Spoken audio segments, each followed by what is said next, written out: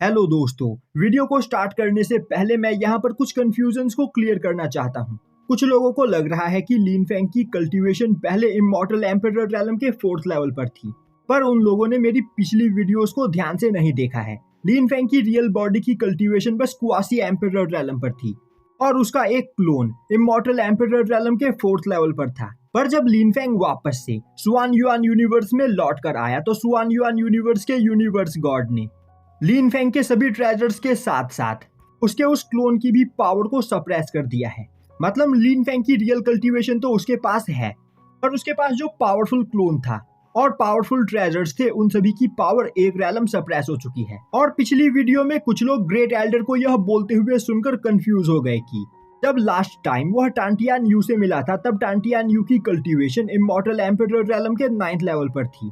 तो मैं उन्हें यह भी क्लियर कर देना चाहता हूँ कि टांटियान यू लगभग 150 साल पहले स्टार पैलेस में आई थी।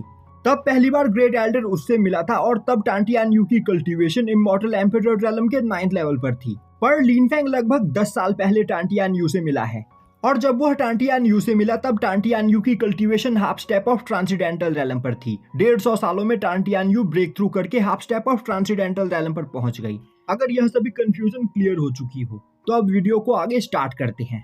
तो पिछले एपिसोड में हमने देखा था कि लीन फैंग केओस एलिमेंट पाथ के अंदर मौजूद 5 एलिमेंट ऑफ केओस लॉ की पावर को एब्जॉर्ब करते हुए अपने फाउंडेशन को बिल्ड करता है और अब वह ब्रेक थ्रू करके सुप्रीम गॉड एम्परर रैलम पर पहुंच जाता है। तभी स्टार पैलेस के पैट्रियार्क लीन फैंग के पास आते हुए उसे बताते हैं कि लीन फैंग यहाँ पर सुप्रीम गॉड एम्परर रैलम पर पहुंच तो चुका है, पर अभी वह सुप्रीम गॉड एम्परर रैलम की पावर का यूज नहीं कर सकता है क्योंकि सुप्रीम गॉड एम्परर रैलम पर पूरी तरीके से पहुंचने के लिए उसे हेवनली ट्रिब्यूशन का सामना करना होगा। और अब पैट्रियार्क लीन फैंग को अपने साथ लेकर केओस पाथ से बाहर निकलता है। अब बाहर आते ही लीन फैंग देखता है तो उसके सिर के ऊपर एक काफी खतरनाक थंडर ट्रेवल्यूशन उसका इंतजार कर रहा होता है और अब लीन फैंग उस थंडर ट्रेवल्यूशन का सामना करते हुए उसकी एनर्जी को एब्जॉर्ब करने लगता है। अब उस थंडर ट्रेवल्यूशन को देखकर स्टार पैलेस के सभी डिसाइपल्स उस जगह पर इकट्ठा होने लगते हैं। वहीं पर वह बोल रहे होते हैं आज पहली बार वह लोग किसी कल्टीवेटर को सुप्रीम गॉड एम्परर रैलम पर पहुंचते हुए देखने वाले हैं। यह सच में एक ऑसम नजारा होने वाला है। अब यह देखने के लिए स्टार पैलेस के सभी एल्डर्स भी उस जगह पर आ पहुंचते हैं और अब वह नोटिस करते हैं कि लीन फैंग की रियल बॉडी अब तक सुप्रीम गॉड एम्परर रैलम पर नहीं पहुंची होती है, पर इसके बावजूद लीन फैंग की सभी martial soul supreme god emperor realm के 8th लेवल पर पहुंच चुकी होती है, जो देखकर वह सभी काफी ज्यादा हैरान होते हैं। अब वह आपस में बात करते हुए बोलने लगते हैं आखिर इस बच्चे की मार्शल सोल्स कितनी ज्यादा खतरनाक है। अब लीन फैंग उस ट्रेवल्यूशन का सामना करते हुए अपनी पावर को बढ़ाने लगता है, जिससे उसके सोल सी के अंदर मौजूद ट्री ऑफ लाइफ और भी ज्यादा स्ट्रांग बनने लगता है। अब लीन फैंग उस थंडर ट्रेवल्यूशन का सामना कर ही रहा होता है कि तभी एक काफी पावरफुल अटैक आकर सीधा स्टार पैलेस के बैरियर से टकराता है, जिससे वह बैरियर डिस्ट्रॉय हो जाता है। अब यह देखकर एल्डर्स को कुछ भी समझ में नहीं आता है। तभी स्टार हॉल के पैट्रियार्क अपनी पावर का यूज करते हुए उस जगह पर एक स्पेस मिरर बनाते हैं और अब वह देखते हैं तो इंपीरियल कोर्ट के कई सारे सोल्जर्स उनके स्टार पैलेस के बैरियर के डिस्ट्रॉय हो जाने के बाद लगातार उनके स्टार पैलेस के अंदर घुसे चले आ रहे होते हैं। यह देखते ही स्टार पैलेस के सभी मेंबर्स वहां पर काफी ज्यादा डर जाते हैं। तभी उस जगह पर एक स्नो बीस्ट की एंट्री होती है और उस स्नो बीस्ट को वहां पर left hand of imperial court control कर रही होती है और इस लेडी का नाम मीटियान यू है।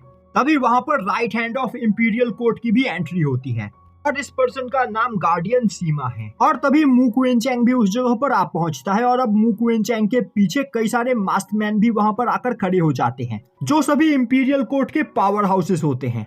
अब गार्डियन सीमा चिल्लाते हुए बोलता है मैं स्टार पैलेस के पैट्रियार्क को इस जगह पर एम्परर के डिग्री को स्वीकार करने के लिए आगे बुलाता हूं, तो जल्द से जल्द मेरे सामने आओ। अब गार्डियन सीमा के पावर प्रेशर से वहां पर सभी लोगों की हालत खराब होने लगती है, जो देखते ही स्टार पैलेस का पैट्रियार्क आगे बढ़ने लगता है। पर तभी ग्रेट एंसेस्टर उसे रोक देते हैं और बोलते हैं मेरे बच्चे, तुम इन सभी लोगों के सामने नहीं टिक पाओगे, तो इनसे मुझे बात करने दो। और हाँ, यह मेरी आखिरी वॉर है, तो मैं चाहता हूं कि तुम यहाँ पर अपना ख्याल रखना। अब अपने फादर को आगे जाते हुए देखकर पैट्रियार्क नील डाउन करते हुए अपने फादर से माफी मांगते हुए बोलने लगते हैं फादर प्लीज मुझे माफ कर दीजिए, आपका यह बेटा कमजोर है, जिस वजह से ऐसी हालत में भी आपको यहाँ पर फाइट करना पड़ रहा है। इसमें मेरी ही गलती है क्योंकि मैं इतना ज्यादा कमजोर इंसान हूँ।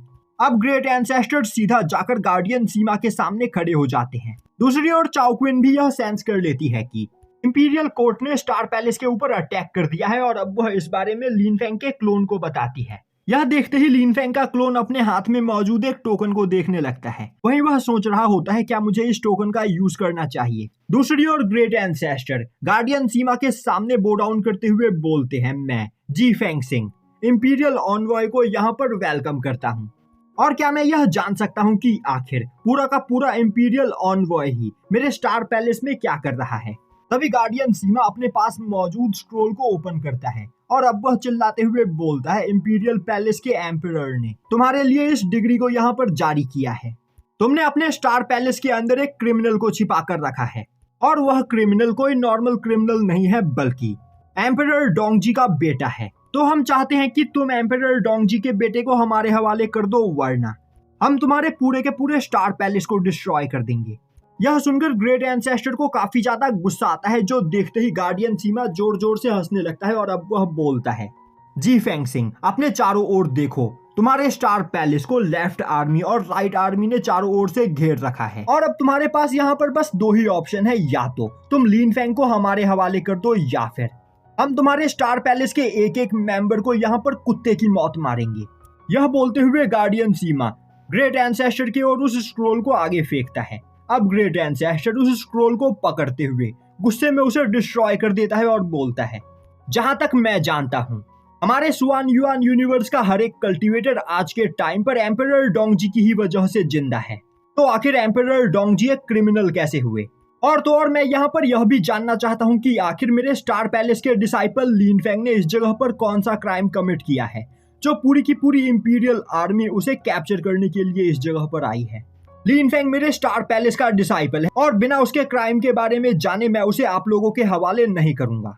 यह सुनते ही गार्डियन सीमा बोलता है, तो तुमने यहाँ पर ऑप्शन 2 को चुना है। तुम चाहते हो कि मैं यहाँ पर तुम्हारे पूरे के पूरे स्टार पैलेस को डिस्ट्रॉय कर दूं, ठीक है, मैं तुम्हारी इस इच्छा को जरूर पूरा करूंगा।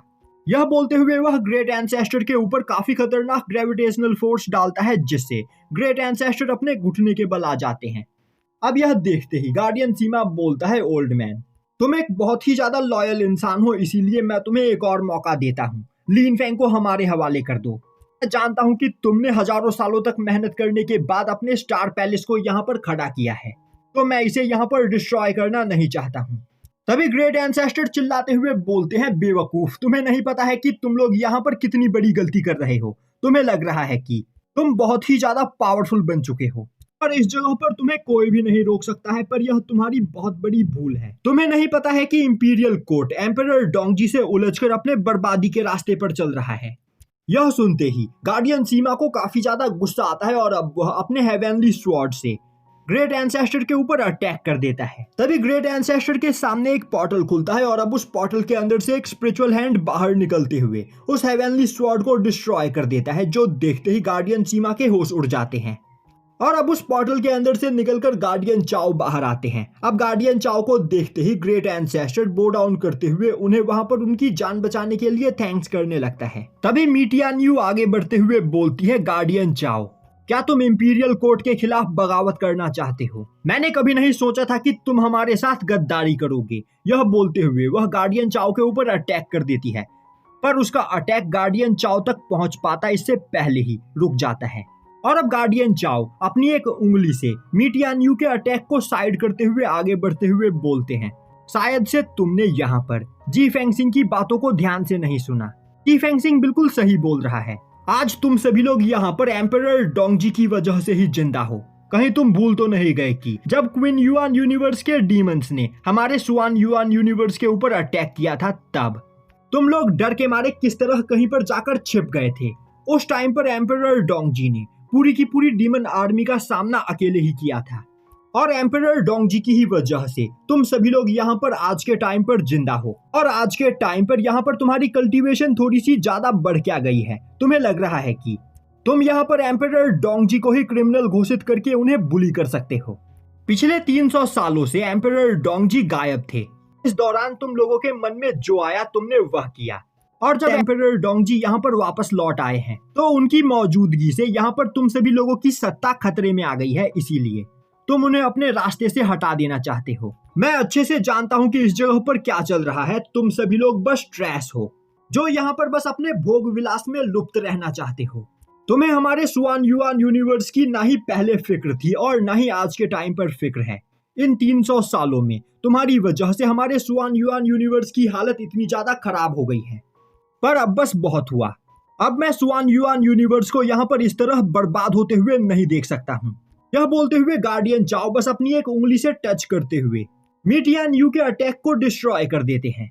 यह देखते ही गार्डियन सीमा चिल्लाते हुए बोलता है, तो यहाँ पर यह साबित हो जाता है कि तुम गार्डियन चाओ एक गद्दार हो और इंपीरियल कोर्ट से गद्दारी करने का अंजाम तो तुम्हें यहाँ पर पता ही होगा। एम्परर ने हमें यह ऑर्डर दिया है कि कोई भी अगर इंपीरियल कोर्ट से गद्दारी करे तो हम उसे तुरंत ही यहाँ पर जान से मार दे। तो अब मरने के लिए तैयार हो जाओ। और अब वह अपनी इंपीरियल आर्मी को ऑर्डर देते हुए बोलता है कि वह लोग यहाँ पर स्टार पैलेस के साथ साथ गार्डियन चाओ को भी खत्म कर दे। और अब सभी इंपीरियल सोल्जर्स एक साथ स्टार पैलेस के ऊपर अटैक कर देते हैं, जो देखते ही गार्डियन चाओ वहां पर उन सभी से फाइट करने के लिए तैयार हो जाते हैं। पर तभी अचानक से वह सभी सोल्जर्स हवा में ही फ्रीज हो जाते हैं, जो देखकर किसी को भी कुछ भी समझ में नहीं आता है। और अब उस जगह पर एक बहुत बड़ा ब्लास्ट होता है, जिस ब्लास्ट से सभी सोल्जर्स इंजर्ड होकर दूर जाकर गिरते हैं। और अब आंटियान यू गुस्से में चिल्लाते हुए बोलती है, स्टार पैलेस यहाँ पर मेरे प्रोटेक्शन में है, तो आखिर तुम्हारी हिम्मत कैसे हुई स्टार पैलेस के ऊपर इस तरह अटैक करने की। और अब एक पोर्टल के अंदर से निकलकर टांटियान की एक क्लोन उस जगह पर आ पहुंचती है, जिसकी पावर को देखकर सभी लोगों की हालत खराब हो जाती है, क्योंकि टांटियान यू की वह क्लोन इमॉर्टल एम्परर रैलम के 9th लेवल पर होती है।